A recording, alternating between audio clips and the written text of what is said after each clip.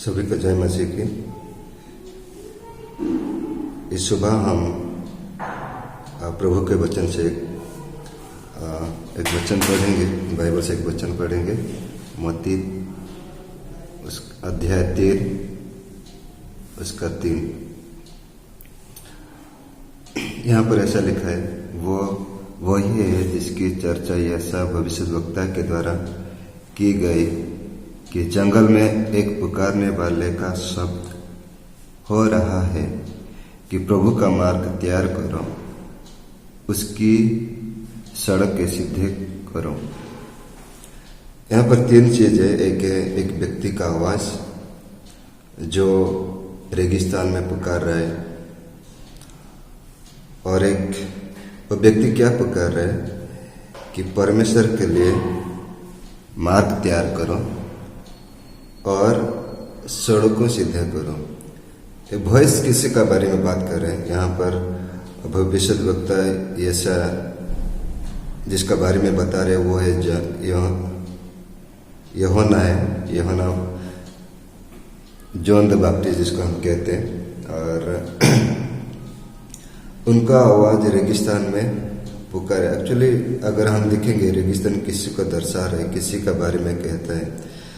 ये स्पिरिचुअली अगर हम देखेंगे, स्पिरिचुअली वे में, इनके आध्यात्मिक तौर पर अगर हम देखेंगे, विल्डरनेस उनको दर्शा रहा है, जिनका जीवन सूखा और बांझ है, यानी कि प्रभु के प्रति सूखा है उनका हृदय, और बांझ यानी कि कोई परमेश्वर के लिए कोई फल नहीं ला रहा है, उनका जीवन सूखा है, उनको दर्शा रहा है। रेगिस्तान में कुछ हम नहीं पा सकते, वहाँ पर कोई न जल है न कोई फल है। वैसे ही प्रभु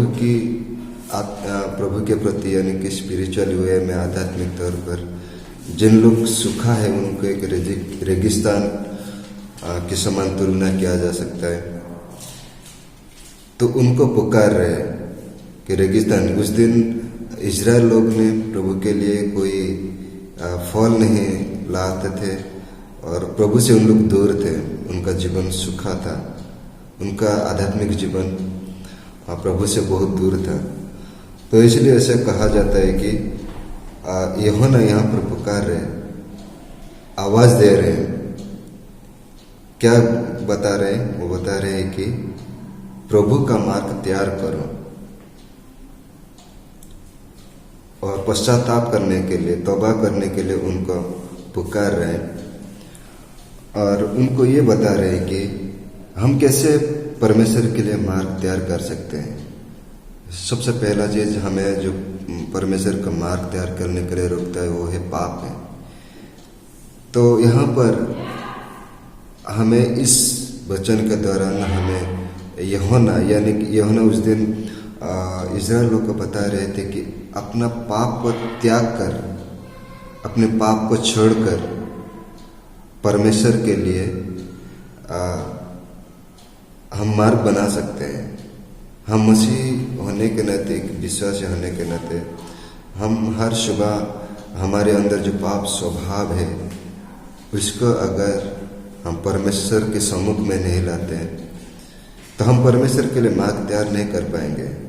इसलिए उससे पाप को छोड़ने के लिए, पापी स्वभाव को हम त्यागने के लिए, छोड़ने के लिए सबसे पहले हमें पश्चाताप करना होगा, हमें तौबा करना होगा और प्रभु यीशु मसीह का हम शरण लेना होगा और पवित्र आत्मा का सहारा लेने की जरूरत है। तब हम परमेश्वर के लिए एक मार्ग तैयार कर सकते हैं। और दूसरे जो चीज है वो कह रहा है कि उसकी सड़क को सीधे करो।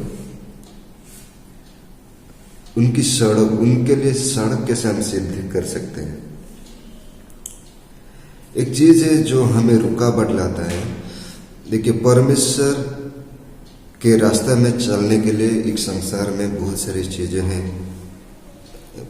हो सकते हैं वो प्रलोभन है, या हो सकता है कई सारी समस्या है जो हमें रुकावट लाता है कि परमेश्वर के रास्ते में, परमेश्वर के लिए सीधे रास्ता बनाने के लिए, सड़क को सीधा करने के लिए, यानी कि वो सड़क उसी को निदर्शन, उसी को बता रहे जिसके दौरान परमेश्वर का आशीष हमारे जीवन में आ सकते हो। और वो सड़क है जिस सड़क से हम परमेश्वर का पास पहुंच सकते हैं। कई सारी बातें, समस्या है, बाधाएं हैं जो हमारे जीवन में वो आता है, जिनके द्वारा हम परमेश्वर का पास पहुंच नहीं सकते हैं। तो हमें ये वचन हमें प्रस्थान करते हैं कि हम अपने पापों के लिए तौबा करें, हम अपने पाप के लिए पश्चाताप करें, ताकि हम परमेश्वर के लिए एक अच्छा मार्ग तैयार कर सकते हैं, वो सड़क सीधे हो सकते हैं, ताकि हम परमेश्वर का राज्य के लिए हम तैयार हो सके और परमेश्वर का वायदा जो हमारे जीवन के लिए है वो हम परिपूर्ण कर सकते हैं। तो हम इस वचन के साथ हम परमेश्वर के लिए हम जिए और परमेश्वर के लिए हमारे जीवन को तैयार करें और हमारा रास्ता, हमारा सड़क यानी कि जो स्पिरिचुअल वे है उसको हम सीधे करें परमेश्वर के लिए। परमेश्वर इस वचन के दौरान हम सभी को आशीषित करें। आमीन।